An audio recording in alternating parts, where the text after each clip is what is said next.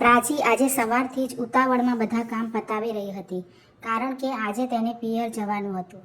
તેની ગેરહાજરીમાં ઘરના સભ્યોને જરા પણ તકલીફ ન પડે તે માટે તે બધું કામ ખુશી ખુશી અને ધ્યાનથી કરી રહી હતી, કારણ કે આ વખતે તે 2-4 દિવસ માટે પોતાના પિયર રોકાવા જવાની હતી. તેનું પિયર અને સાસરું એક જ શહેરમાં હતું, તેથી તેને પિયરમાં રોકાવાની પરવાનગી મળતી નહોતી. તે જ્યારે પણ પિયર જતી ત્યારે તેને એમ કહીને બોલાવી લેવામાં આવતી કે એક જ ગામમાં તો છે, રાત્રે રોકાવાની શું જરૂર છે, ફરી ક્યારેક જતી રહેજે. આમ તે ક્યારેય પિયરમાં રાત વિતાવી શકતી નહોતી. તેની કોશિશ હંમેશા બધું બરાબર રાખવાની રહેતી, પણ દરેક વખતે કંઈક એવું બનતું કે તેનો મૂડ ખરાબ થઈ જતો. આ વખતે તેના સાસુ સ્વસ્થ હતા, પણ કહેવાય છે ને કે દરેક ઘરમાં કોઈક એવું હોય છે જેના કારણે અડચણ આવતી રહે છે. તેના ઘરમાં તેની જેઠાણી આ બધી સમસ્યા ઊભી કરતી હતી. પ્રાચી જ્યારે પણ પિયર જવાનું વિચારે, તેની જેઠાણી કોઈને કોઈ નાટક શરૂ કરી દેતી. જેઠાણીનું પિયર બીજા શહેરમાં હતું, એટલે તે જ્યારે પણ જતી ત્યારે મહિના પહેલાં પાછી ન આવતી. પણ જ્યારે પ્રાચીની વાત આવે ત્યારે બધા કહેતા, રોકાવાની શું જરૂર છે. આજે સવારે જ્યારે પ્રાચી તૈયાર થઈ રહી હતી ત્યારે જેઠાણીએ આવીને પૂછ્યું, ક્યારે પાછી આવીશ? પ્રાચીએ ડરતા ડરતા કહ્યું, દીદી, 1 અઠવાડિયું રોકાવાનું વિચારું છું. અરે, 1 અઠવાડિયું તો બહુ વધારે ના કહેવાય. રેણુની પરીક્ષાઓ શરૂ થવાની છે. હું એકલી બધું કામ કેવી રીતે કરીશ?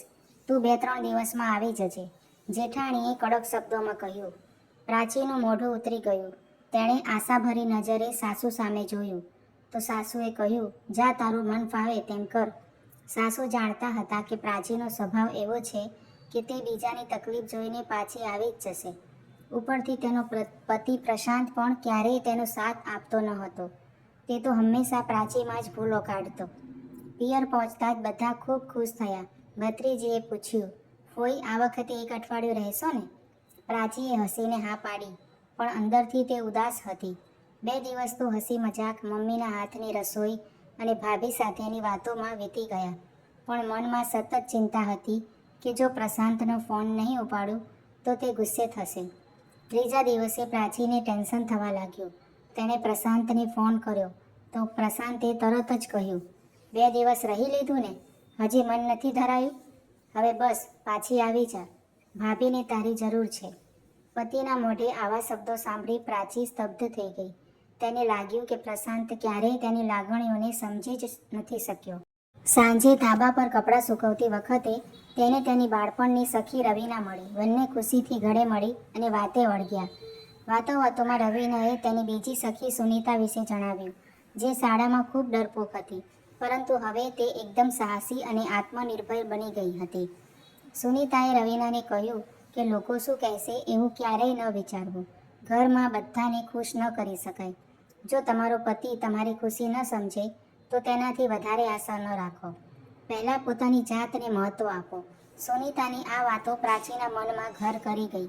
હવે તેને સમજાયું કે તે અત્યાર સુધી માત્ર એક કઠપૂતળી બનીને રહી હતી. સાંજે પ્રશાંત તેને લેવા આવ્યો. પ્રાચીએ તેની સાથે જવાની ના પાડી, પણ પ્રશાંતે તેને ડરાવી ધમકાવી. પ્રાચીની મમ્મીએ પણ સંસ્કારોની દોહાઈ આપીને તેને સાસરે જવા માટે મજબૂર કરી.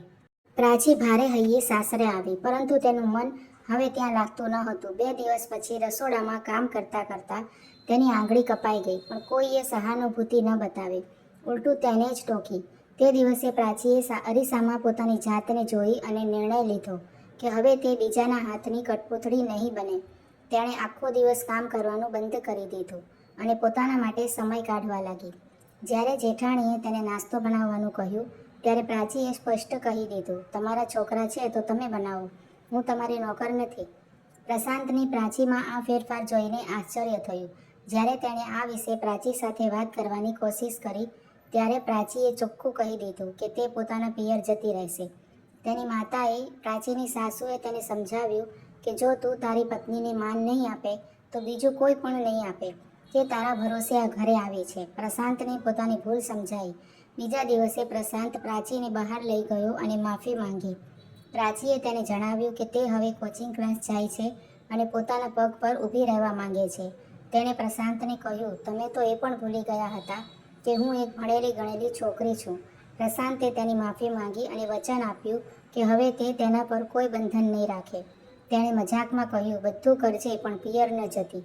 પ્રાચી હસી પડી. પ્રશાંતે કહ્યું, ચાલ આજે તારા ઘરે જઈને તારી મમ્મીના હાથની ચા પીએ. બંને એકબીજાનો હાથ પકડીને એક નવી અને સન્માનજનક સફર તરફ આગળ વધ્યા. સ્ત્રી ગમે તેટલી સહનશીલ હોય, પણ જ્યારે તેના આત્મસન્માનની વાત આવે ત્યારે તેણે પોતાની ઓળખ માટે અવાજ ઉઠાવવો જ જોઈએ. પતિનો સાથ પત્ની માટે સૌથી મોટી શક્તિ હોય છે.